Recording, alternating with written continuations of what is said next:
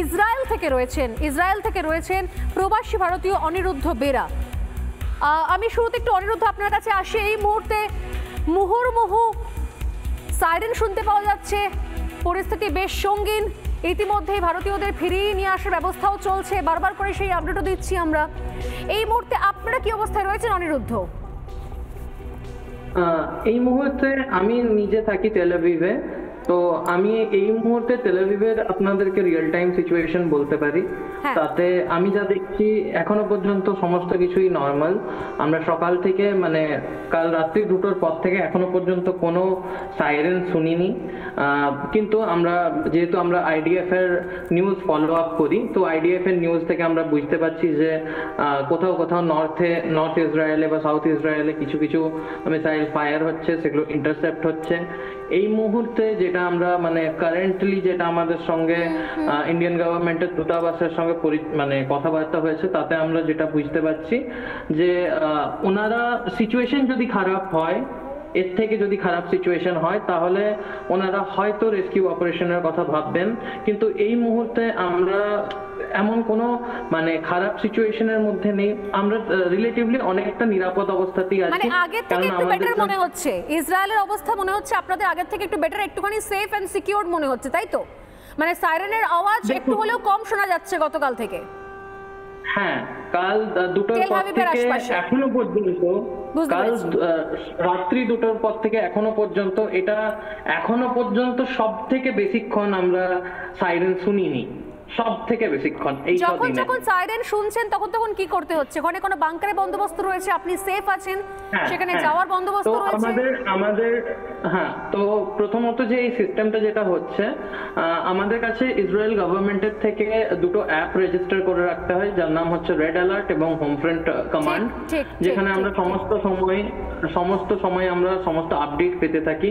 তো যখন কোনো কিছু একটা লঞ্চ হচ্ছে বা মানে একটা হাই রেঞ্জ মিসাইল বা ব্যালিস্টিক মিসাইল বা যেগুলো লঞ্চ হচ্ছে, তার থেকে প্রায় ধরে নিন কখনো 20 মিনিট, কখনো 15 মিনিট, কখনো 10 মিনিট আগে আমরা অ্যালার্ম পেয়ে যাই ওই অ্যাপটার থ্রুতে, এবং তারপরে আমাদেরকে বলে দেওয়া হয় যে 1.5 মিনিট আগে একটা সাইরেন শুরু হয়, যেটাকে আপনি ফাইনাল কল বলতে পারেন।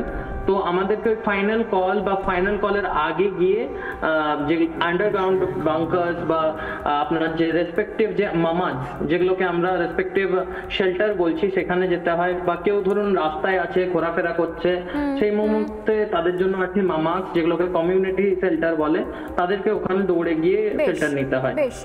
অনিরুদ্ধ, বাড়ির সঙ্গে যোগাযোগ হয়েছে? বাড়িতে কথা বলেছেন? ফোনে কথা হয়েছে?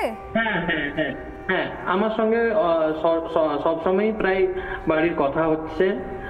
তারা অল্প বিস্তর টেনসড ছিলেন, আমি তাদের সঙ্গে কথা বলে তাদেরকে আশ্বস্ত করেছি। বাড়ির লোকে টেনশনে থাকা এই অবস্থায় সবাই, কিন্তু তারা এখন আশ্বস্ত, কেননা যেহেতু আমরাও এখন একটু হলেও আমরা ইসরায়েলি ডিফেন্স ফোর্সেসকে এবং ইসরায়েলি গভর্নমেন্টকে ওনারাই আমাদেরকে আশ্বস্ত করছেন, কেননা প্রত্যেকটা জিনিসে ওনারা রেস্কিউ করতে আসেন, আমাদেরকে সবসময় অ্যাডভাইজারি দিয়ে সাপোর্ট করছেন। এবং অল ওভার দ্য ইসরায়েল ওনারা মেন্টাল ট্রমার জন্য ট্রমা কেয়ারও ওনারা খুলে রেখেছেন। যদি কারো সাইকোলজিক্যাল কোনো প্রবলেম হয়, তারা তাদের সঙ্গে কথা বলতে পারে। বাড়ির লোক বলছে না ফিরে আসতে তাড়াতাড়ি, যদি এখন ফিরে আসার অবস্থা নেই? কারণ এখন তো আর মানে বিশেষ বিমান ছাড়া, যদিও ইরান থেকে ফেরানোর ব্যবস্থা করা হচ্ছে ভারতীয় পড়ুয়াদের, সেক্ষেত্রে আপনি কি ভাবছেন এই মুহূর্তে? বা আপনি বা আপনার মতো আরো যারা আটকে রয়েছেন, অনেকেই তো ফিরে আসছেন অনিরুদ্ধ। হ্যাঁ, এই মুহূর্তে যা আমরা কন্ডিশন এখানে দেখছি, তাতে ম্যাক্সিমাম মানে আমরা তো একটা সবারই মধ্যে আলোচনা হচ্ছে যে ইন্ডিয়ান পপুলেশনটার মধ্যে, সেখানে আমরা বেশিরভাগই দেখতে পাচ্ছি যে কারোই ফিরে যাওয়ার সেরকম ইন্টেনশন নেই, কেননা সিচুয়েশন অতটাও এখনো খারাপ হয়নি এখানে। তো কিন্তু অপরদিকে একটাও আমাদের টেনশন আছে, যদি সিচুয়েশন সত্যি খারাপ হয়, যদি আজ যেরকম ফতে 1 বা ফতে 2 যে হাইপারসনিক মিসাইল যদি আজকে আসে, তারপরে হয়তো সিচুয়েশন অনেকটা চেঞ্জ হয়ে যাবে, পুরো 180 ডিগ্রি চেঞ্জ হতে পারে। একদম। আপনি আমাদের সঙ্গে থাকুন, এবং আমার একটাই অনুরোধ, কি বাড়ির লোকের সঙ্গে অবশ্যই যোগাযোগ রাখবেন, কারণ এই সময়তে বাড়ির লোকেরা খুব টেনশনে থাকেন। নানা ধরনের কন্টেন্ট দেখার জন্য লাইক করুন, শেয়ার করুন আমাদের ফেসবুক পেজ, সাবস্ক্রাইব করুন আমাদের ইউটিউব চ্যানেল। পাশাপাশি অন্যান্য ব্রেকিং নিউজের জন্য অবশ্যই চোখ রাখুন রিপাবলিক বাংলায়।